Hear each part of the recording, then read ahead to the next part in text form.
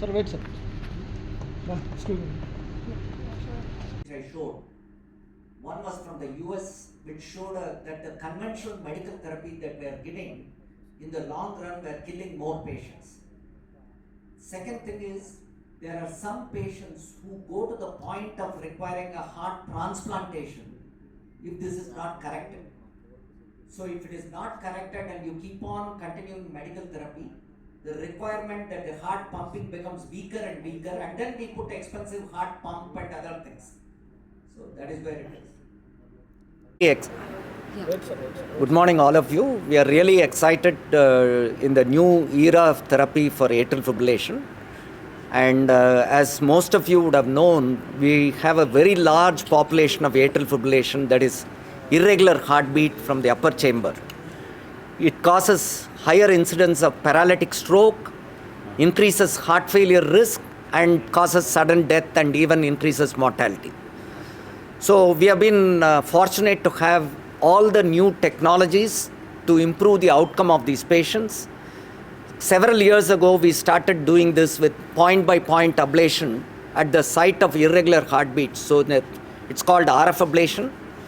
About 5 years ago, we started using cryo balloon to freeze that area with a balloon with very high success rate, close to almost 80 to 90% success rate. And now the revolutionary therapy is something called as pulse field ablation, where we put in a catheter from where the irregular heartbeat is coming and zap that area with a high voltage current.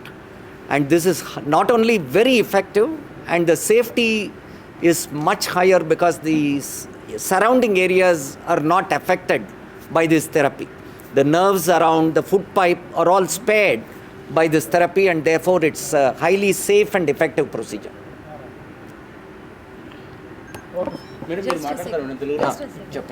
వచ్చిన time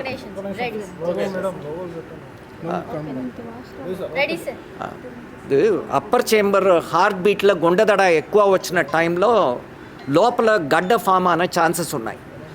heart లోపల లేని అది గడ్డ బ్రెయిన్కి పోయిందంట, stroke risk increase అవుతుంది, heart failure risk increase అవుతుంది, పేషెంట్స్కి మార్టాలిటీ రిస్క్ ఇంక్రీజ్ అవుతుంది.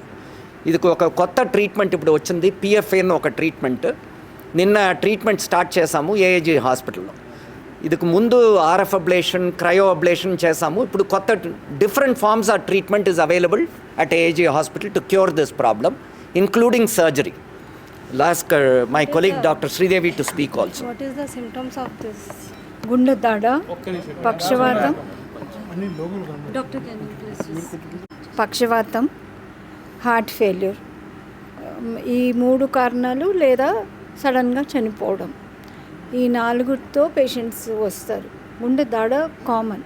ఇవి ఏమీ లేకుండా కూడా ఈ పేషెంట్లకి ఈ గుండె దడ ఉండే అవకాశాలు ఉంటాయి.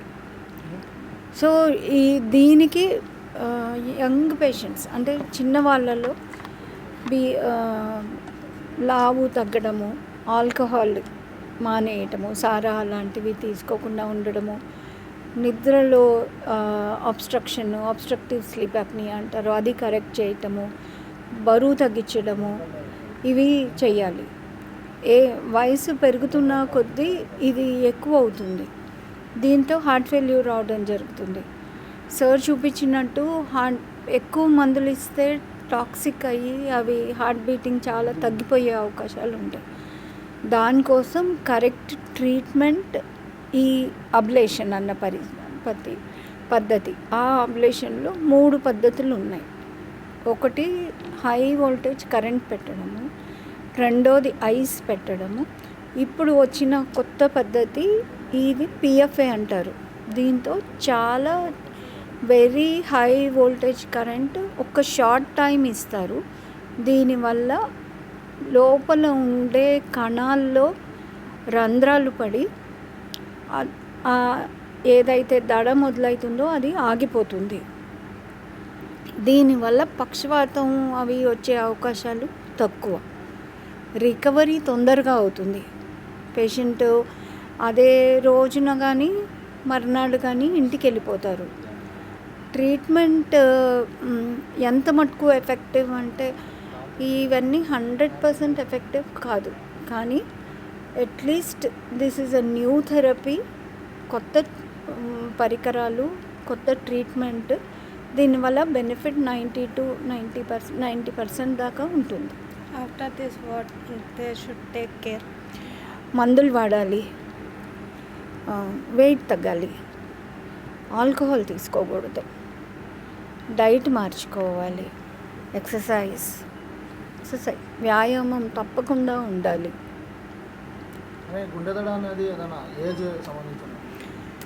ఇది చిన్న వయసులో వచ్చే కారణాలు వేరు, పెద్ద వయసులో వచ్చే కారణాలు వేరు. పెద్ద వయసులో ఆ గుండె అప్పర్ లెఫ్ట్ ఎడమ వైపు ఉండే అప్పర్ చేంబర్, కర్ణికలు అంటారు వాటిని తెలుగులో. కర్ణికలు పెద్దగా అవ్వటము, వాటిలో ఏజ్తో సంబంధించిన ఫైబ్రోసిస్ రావడము, వాటి వల్ల ఏట్రియల్ ఫిబ్రిలేషన్ పెరుగుతుంది. వేరే కారణాలు వెయిట్, ఆల్కహాల్, సారా తాగడము, బరువు ఎక్కువ ఉండడము, అబ్స్ట్రక్టివ్ స్లీప్ అప్నియా, ఇవన్నీ కారణాలు. చిన్న వయసులో కారణాలు వేరు. If patient have BP, sugar, they are available for this treatment. They need to be first controlled. అవి కంట్రోల్ చేసుకున్న తర్వాత ఈ ట్రీట్మెంట్ తీసుకోవచ్చు.